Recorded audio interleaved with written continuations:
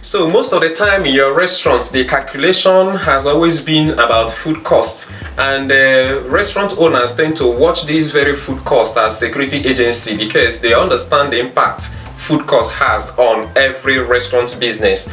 But the problem is that you tend to get your profit as soon as you work out the cost, and you assume that the rest of the money remaining or the revenue remaining for the month belongs to your profit. But that isn't really the case, because there are a lot of other cost implications.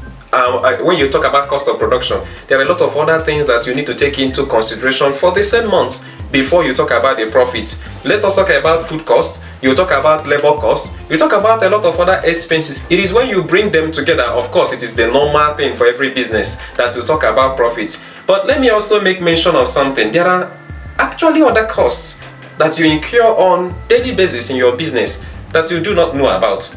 Every day you incur those costs, but you do not know about, and then you don't consider them when you talk about working out your profit. So if we talk about that, I can vividly tell you now that the money you have left in the end of every month isn't really your profit, but there are also some percentage of it that belongs to the cost of production. And to make matters worse, a lot of restaurant inventories we have seen in the last couple of engagements didn't even make enough provision for these other costs of production that we are talking about. And perhaps your own inventory is one of them. Let's find out. And I will say that there is a good news, because these areas that we are talking about, we will take them into full consideration in our next video. So I would want you to pay attention to that and possibly check it out as soon as we publish the video on that. So let's dive back into the food cost. Now, on the general cost of food materials used in your restaurant every month, you may have a perfect system for checking and calculating your monthly food cost, or maybe you have a perfect inventory or perfect staff who takes care of everything concerning the food cost, and you can tell the figure or the value at every instance. But you might not have also asked yourself, what percentage of my total monthly revenue should I never exceed as regards just the food cost when it comes to the entire cost of production? What percentage should I never exceed? So if you want to understand what is going on with the food cost in every month and the percentage you should never exceed, and of course a number of other ways of calculating your monthly food cost, then I think you should be able to stay till the end of this video, but then with a very close attention. There are two basic sections of cost of production in every restaurant. One is the variable cost, the cost that change as the quantity of your sales and everything change. Then second one is the fixed cost. It doesn't change. Those are the costs that remain static for the entire operation of the year. If you come back to the variable cost, which is the normal day-to-day cost, you talk about the food cost, that is where it lies. You talk about the labor cost, your entire employees, the payments, the salary, the wages for your contract workers. Then you can talk about all the expenses that you make on daily basis depending on your kind of restaurant and the capacity of your operation. These ones are the ones that you will talk about when you are talking about the changing costs, because they can change. But when you are talking about the fixed cost, you talk about the rent, the building, assuming you rented, or your own building for the maintenance. Also, there are some who do annual maintenance and stuff like that. Then you can talk about the equipment, talk about your furniture, talk about the vehicle.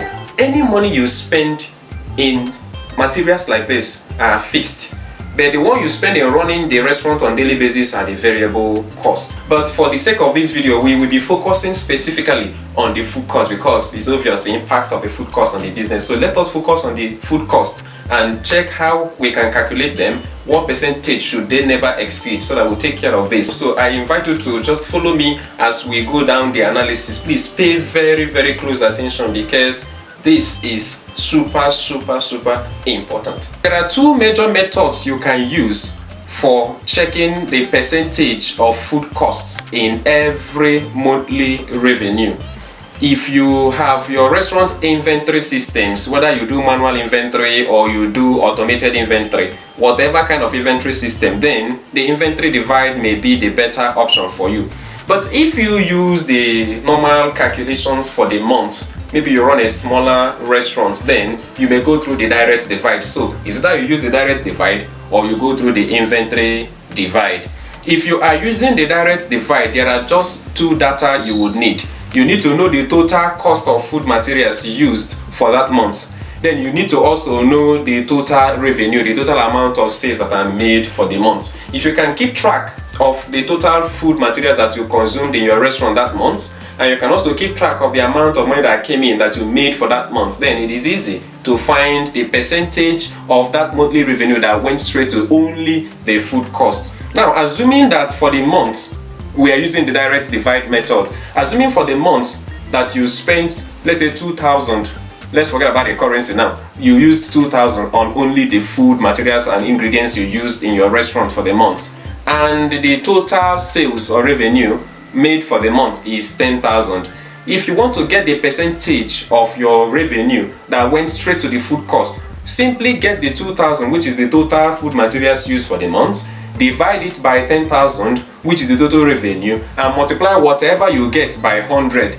That gives you, if you are using the very figures that we are using here, it will give you exactly 20%. So what that means is that 2,000 naira, of course, is the amount that went to food costs. But then 20% of the amount you made for the month, which is 10,000, went into the food materials. So we will come back to this very figure, the 20% figure, so that you understand the implication of the food materials alone being up to 20% of your monthly revenue. Now, assuming you have the inventory system like we mentioned, you may be able to use the inventory divide system and it will be easier for you. But you will need to know have four information. One is the total amount of food materials that are remaining in your store before you begin the month. Assuming you stock your month ahead, so you should know after the previous month what quantity, what amount of materials were left in my store before I began or I started the month. So you need to know the figure. You need to also know the amount of food materials you bought for that same month. You need to also know the total amount of sales that are made in the end of that month, and you finally need to know the food materials that are left. So you know how much food material you started the month with. You should know the total amount of sales made for that month. You should know the amount of food materials that you bought during the entire month. Then you should know how much food material materials are left in the end of the month. When you have these four information, assuming the total food materials bought or rather that was remaining before the month started is 2,000, and the total food material that you purchased during the month is 3,000, and the total amount of sales or revenue you made throughout the month from all the sales made in the month is 20,000, and the food materials that are left, let's say, is 1,500, then what you should simply do is you add up the total amount of food that was left in the store, which is the 2,000 before the month started, and the 3,000 naira extra that you bought, that should give you 5,000. When you add the 5,000 up, you subtract whatever is left in the store for that month. That means 2,000 plus 3,000 gives you 5,000. Subtract 1,500 from it, and then you have 3,500. So it's taken for granted that 3,500 is the amount that went into food materials only for that very month using the inventory divide method. Now, if you want to know the percentage of your total monthly revenue that went to food material using your inventory, what you should do is the 3,500 you've gathered, you should simply divide it by your total revenue for that month, which is still 20,000, and multiply by whatever the answer or whatever the result is. You multiply it by 100. For this very information and figures that we used, you will get 17.5. That's really okay. You will get 17.5. That means for that month, 17.5% of your monthly revenue went into food material. I think that is just roughly less than 20%, and that is wonderful if that is the result of your own operation. But then remember, the remaining part of the monthly revenue isn't your profit yet. That is what we want you to go home with from this video. That is not your profit yet. There are a number of other costs of production which we will take care of in the next video that you must consider. Both the ones that you incur daily that you do not know about, and the ones you know about, like the labor, the other expenses that you make that you are aware of. You must take all of them into consideration so that in the end of the month, you would not say, I have this and this and this as my monthly profit. Now, this is just an advice from the RB firm. If In fact, no matter what happens for the month, no matter how the business turns out or how the economy goes, whether it goes haywire or it goes the way it should go, you understand what I mean? The advice is simple.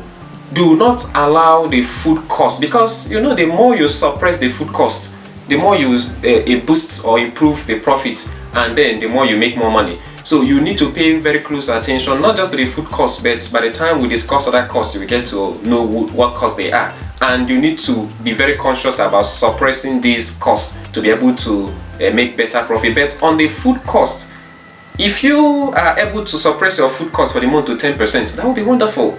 If you suppress it to 15%, that would be great. If you suppress it between 20-25%, that will still be manageable, but please, your food cost should not exceed 30%.